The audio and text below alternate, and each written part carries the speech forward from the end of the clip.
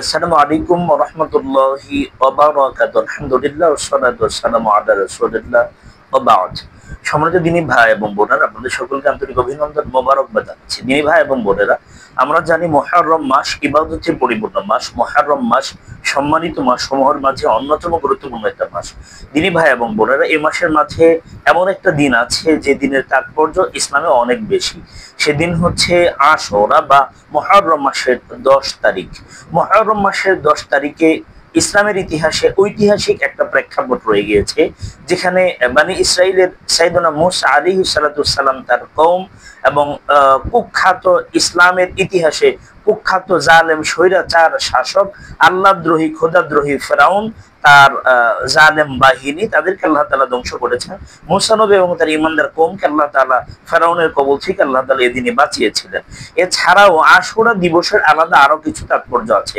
যেমন রাসূলুল্লাহ সাল্লাল্লাহু আলাইহি সাল্লাম বলেছেন, রমাদানুল মুবারক মাসের সিয়াম ফরজ হওয়ার পূর্বে রাসূলুল্লাহ সাল্লাল্লাহু আলাইহি সাল্লাম এবং জাহিলি যুগের মানুষেরাও আশুরা দিবসের সিয়াম পালন করতেন। এটা আমরা হাদিস থেকে আব্দুল্লাহ ইবনে ওমর রাদিয়াল্লাহু তাআলা আনহুর বর্ণনা, আন্না আহলাল জাহিলিয়াতি কানু ইয়াসুমুনা ইয়াউমে আশুরা। আব্দুল্লাহ ইবনে ওমর রাদিয়াল্লাহু থেকে বর্ণিত, জাহিলি যুগের লোকেরা আশুরা দিনে সিয়াম পালন করত। এটা আশুরা দিবস। আন্না রাসূলুল্লাহ সাল্লাল্লাহু আলাইহি সাল্লাম সাওয়ামাহু ওয়াল মুসলিমুনা ক্বাবলা আই ইফতারাদা রমাদান ফালাম্মা ইফতুরিদা রমাদান ক্বালা রাসূলুল্লাহ সাল্লাল্লাহু আলাইহি ওয়াসাল্লাম ইন্না আশুরা ইয়াউমুম মিন আইয়ামিল্লাহ ফামান শাআ সামা ওয়া মান শাআ তারাকা। রাসূলুল্লাহ সাল্লাল্লাহু আলাইহি সাল্লাম স্পষ্ট করেছেন, রাসূল নিজেও সিয়াম পালন করেছেন আশুরা দিবসের রমাদানুল মুবারকের সিয়াম ফরজ হওয়ার পূর্বে। যখন রমাদানুল মুবারক মাসের সিয়াম ফরজ হলো, ফালাম্মা ফুরিদা রমাদান ক্বালা রাসূলুল্লাহ সাল্লাল্লাহু আলাইহি ওয়াসাল্লাম ইন্না আশুরা ইয়াউমুম মিন আইয়ামিল্লাহ, নিশ্চয় আশুরা দিবস ইয়াউমুম মিন আইয়ামিল্লাহ, আল্লাহ তাআলা দিন সমূহের মাঝে অন্যতম একটা দিন। ফামান শাআ সামা ওয়া মান শাআ তারাকা। এখন যে ব্যক্তি চাই আশুরা দিবসের সিয়াম পালন করতে পারে, আর যে ব্যক্তি চাই সিয়াম পালন না করলেও কোনো ধরনের সমস্যা হবে না। সহিহ মুসলিমের 2532 নম্বর হাদিসে কিন্তু এটা আসছে।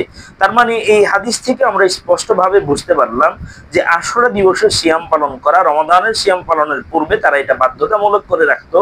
রমাদানের সিয়াম পালন করার পূর্বে এটা ঐচ্ছিক হয়ে গিয়েছে, এটাকে এক্সট্রা বা অপশনাল করে দেওয়া হয়েছে। ইচ্ছে করলে রাখতে পারবে, না রাখলেও সমস্যা হবে না। আশুরা বলতে কিন্তু আমরা 10 মুহররমকে বুঝে থাকি। তার মানে আমরা এখানে বুঝতে পারলাম রমাদানুল মুবারক মাসের পূর্বে রমাদানের